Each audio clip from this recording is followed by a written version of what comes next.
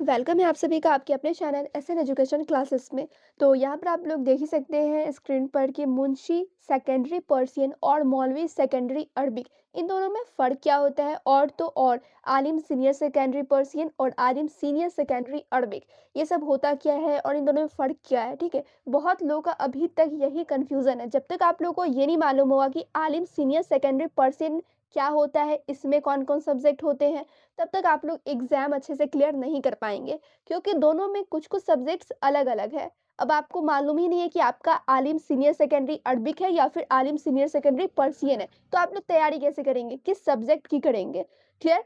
तो चलिए मैं आप लोग को यहाँ पर बता देती हूँ इन दोनों में फ़र्क क्या होता है और आप लोगों को मालूम भी होना चाहिए। अगर आप लोगों को फ़र्क ही नहीं पता होगा तो आप लोग उस सब्जेक्ट की एग्ज़ाम ही नहीं दे पाएँगे, ठीक है? आप लोग जाओगे एग्ज़ाम देने, मिल जाएगा कोई और सब्जेक्ट, तो आप लोग तो उस सब्जेक्ट में फ़ेल ही हो जाएँगे ना, इसलिए यहाँ पर आप लोग क्लियर होना बहुत ज़रूरी है। यहाँ पर आप लोग देखेंगे ना, ये आप लोग का एग्जाम रूटीन है, ठीक है? यहीं से मैं आप लोग को क्लियर करती हूँ, समझा देती हूँ।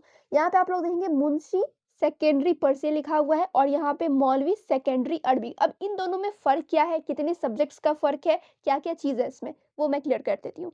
तो मुंशी, मौलवी दोनों को ही क्लास 10th कहा जाता है, यानी 10th के बराबर ही इन दोनों की डिग्री का वैल्यू होता है।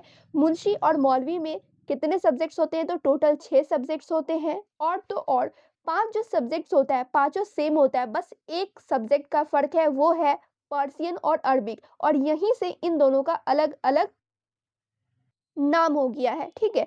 सेकेंडरी पर्शियन में पर्शियन सब्जेक्ट आ गया, इसलिए ये सेकेंडरी पर्शियन कहला गया, और इसमें अरबिक आ गया है। मौलवी में अरबिक आ गया, इसलिए ये सेकेंडरी अरबिक कहला गया, ठीक है? बस इन दोनों में यही एक सब्जेक्ट का फ़र्क है। मुंशी में पर्शियन का एग्ज़ाम देना होगा, मौलवी अगर आप लोग का है तो अरबिक का पेपर देना होगा, बस इतना ही इन दोनों में फ़र्क है, ठीक है? बाकी जितने सब्जेक्ट हैं सब सेम है, और तो और इन दोनों में ज़्यादा कुछ भी फ़र्क नहीं है, दोनों क्लास 10 के ही डिग्री के बराबर है।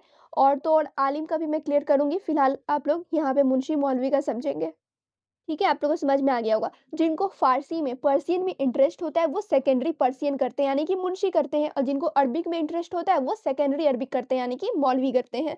इन दोनों में बस एक-एक सब्जेक्ट का फ़र्क है, इसी वजह से इनका नाम भी चेंज कर दिया गया है, बस इतना ही है। अब आलिम की अगर बात की जाए, तो आलिम में क्या-क्या है? तो आलिम में भी आप लोग का टोटल 5 सब्जेक्ट है, ठीक है? मुंशी मौलवी में 6 सब्जेक्ट था, लेकिन आलिम में 5 सब्जेक्ट का आप लोग को एग्ज़ाम देना होगा, और इसमें भी सीनियर सेकेंडरी पर्शियन और सीनियर सेकेंडरी अरबिक दोनों में सब्जेक्ट सेम है, बस एक सब्जेक्ट का अलग है, ठीक है?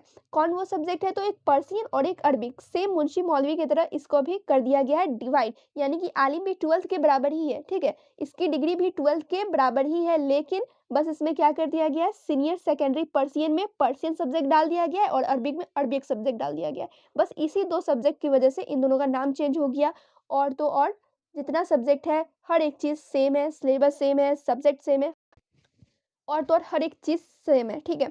अब बहुत सारे लोगों को एग्ज़ाम पैटर्न ही नहीं पता है, वो भी मैं यहाँ पर क्लियर कर देती हूँ, क्योंकि आप सभी को पता है कल है एग्ज़ाम, ठीक है? कल ही एग्ज़ाम है और बहुत लोगों को अभी तक पैटर्न नहीं पता है, तो चलिए वो भी मैं बता देती हूँ।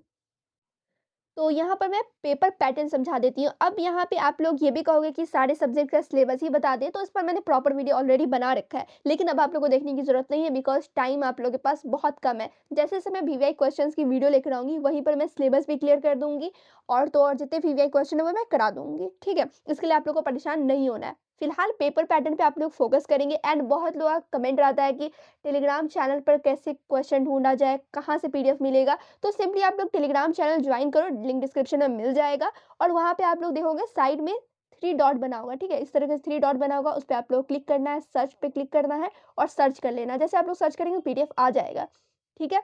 एकदम आसानी से। चलिए अब यहाँ पे आप लोग देखेंगे पेपर पैटर्न। पेपर पैटर्न किस तरीके से है? तो यहाँ पे आप लोग का जो पेपर होगा 4 पार्ट में डिवाइड किया जाएगा, और चारों पार्ट का जो मार्क्स रहेगा अलग-अलग तरीके से डिवाइड किया जाएगा। जैसे कि पार्ट 1 में रहेगा, यानी कि ए ग्रुप में, ठीक है? ग्रुप ए में 1 मार्क्स वाले क्वेश्चन होंगे, 8 क्वेश्चन पूछे जाएँगे 8 मार्क्स के, क्लियर? फिर आप लोग का सेकंड पार्ट में होगा, यानी कि पार्ट बी में होगा 2 मार्क्स वाले क्वेश्चन, 8 क्वेश्चन होंगे 16 मार्क्स के। फिर थर्ड आप लोग का पार्ट में होगा 8 मार्क्स वाला सवाल, 4 क्वेश्चन दिया रहेगा, 32 मार्क्स यहाँ से बन जाएगा। फिर रहेगा आप लोगों का लास्ट पार्ट जो रहेगा ग्रुप डी में 12 मार्क्स के क्वेश्चन पूछे जाएँगे, 2 क्वेश्चन रहेगा, 24 नंबर यहाँ से बनने वाले हैं।